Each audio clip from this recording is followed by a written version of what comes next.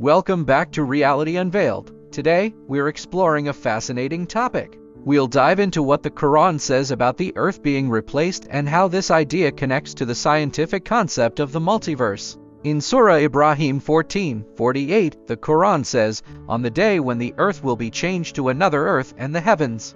This verse suggests that our current Earth and heavens are replaceable with new ones. The multiverse theory is a concept in modern physics suggesting that our universe is not the only one. There could be many universes existing parallel to each other, each with its own unique laws of physics and conditions.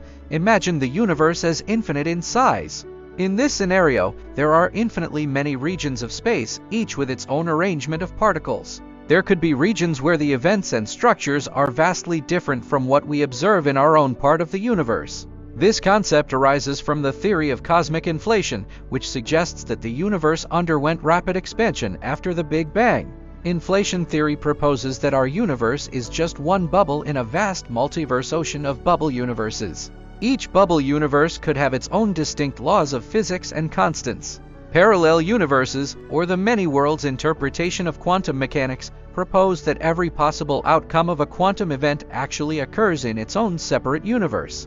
For instance, if you flip a coin, in one universe it lands heads, while in another it lands tails. Every decision and event splits off into a new universe where each possible outcome is realized. This idea suggests that there are an infinite number of universes, each branching out from every possible quantum event. This hypothesis, put forth by physicist Max Tegmark, suggests that every mathematical structure exists as its own physical reality. According to this idea, universes are mathematical constructs, and any consistent mathematical structure corresponds to a real universe.